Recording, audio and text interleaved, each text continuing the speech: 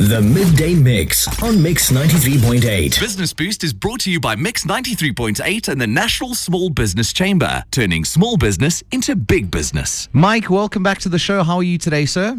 All good, Damian. Thank you for inviting me. Much appreciated. Absolute pleasure. So last week we touched base on the 2022 National Small Business Survey findings very, very briefly. Now, back then you said to us that once we've gone through all the motions, you'd expand in it a bit more and in a bit more detail. So if you could cover some of the key highlights that you came across with the 2022 National Small Business Survey findings.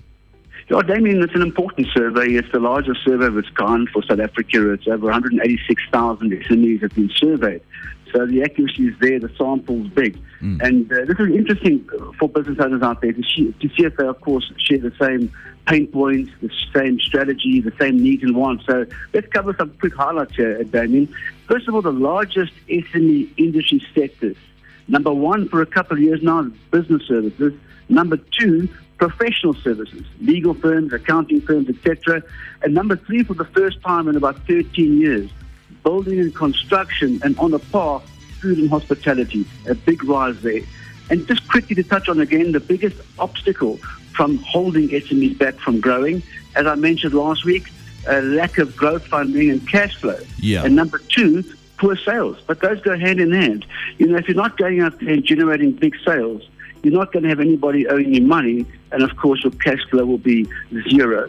So great combination, be the rainmaker, get out there, get those sales, turn those sales into, of course, cash, and that will, of course, alleviate cash flow problems. And also, it kind of helps you not borrow money, because, you know, we don't want to borrow money for the wrong reason. Yeah. Now, the biggest mistake made by business owners, this is interesting. Number one, it dominates really in a big way.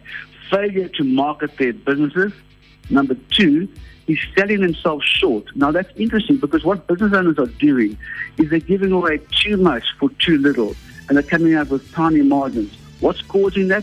Desperation. And I understand, it's tough out there as a business owner. They need those sales or those proposals in, and so what's happening is that they're selling themselves short. And number three, interesting, partnering with the wrong people.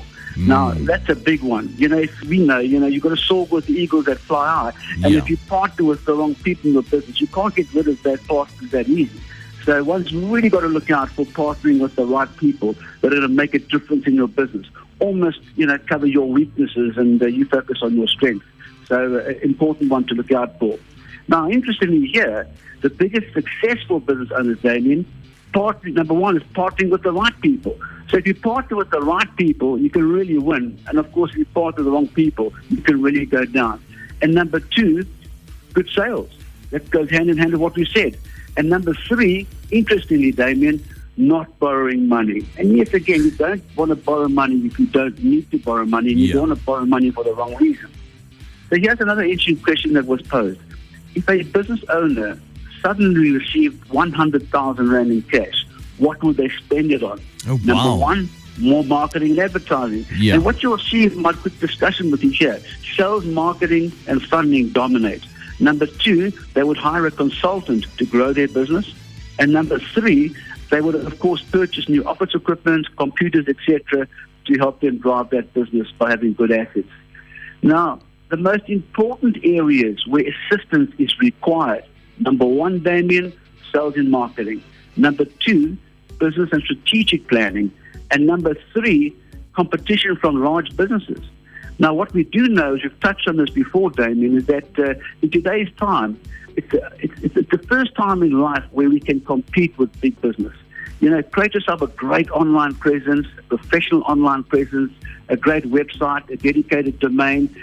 Position yourself out there as the best, and your perception will be well received.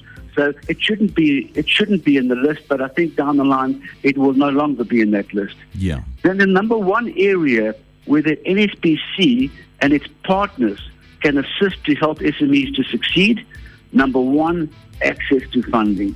Number two, sales and marketing again. And number three, training and development around the key areas like financial management, sales, marketing, etc. Now, this is another interesting one. What type of finance is most needed? And some years back it was always startup funding, but people realize now to borrow money to start a business is not going to happen that easily. In fact, I cannot see it happening at all. I might be wrong. But number one need is working capital. Number two is growth finance. And number three is equipment finance. So the biggest need here is money to take your business from A to another level. And that's quite interesting. And of course, coming to the point of automation and digital transformation, where would SME start? Number one, sales. Number two, operations. And number three, finance. Now, I would have thought that finance would have been number one, but in fact, number one is sales. So here again, sales is kind of creeping towards the top. What digital platforms are SMEs using to promote their business? Number one, Facebook. Number two, LinkedIn. And number three, Google Ads. Now, what we see here, Damian, is LinkedIn slowly creeping towards Facebook, and we see with the trend, it's going to become the number one in due course. Then the key factors when considering buying any IT product or service. The number one factor is for the IT company to demonstrate a clear benefit. Number two, and this is really important, the ease of use. There's a lot of techno solutions out there, Damian, as you know. Yeah. And many are so complicated that although they may have a great benefit, but if they're impossible to use and to adopt, they're not going to be taken up. And then number three is, of course, cost. Now, a couple more few highlights to end off. This is really important. 62% of business owners know their own credit scores and their business credit scores. That's not good enough, Damien. It's got to be 100%. 89% believe it's important to know their credit scores. And what's interesting about it, most people who know their credit scores or get their credit report do so just before applying for funding. And as we know, it's too late, because if there's something tiny wrong that could have been fixed, it's going to come out and you're not going to get that funding. So a big message here is to really make sure your credit score, your report that you're getting frequently, and your credit score is intact. And if it's not intact, Damien, we've spoken about this some time back. Yeah. Get it fixed, and the NSBC can help one to achieve that.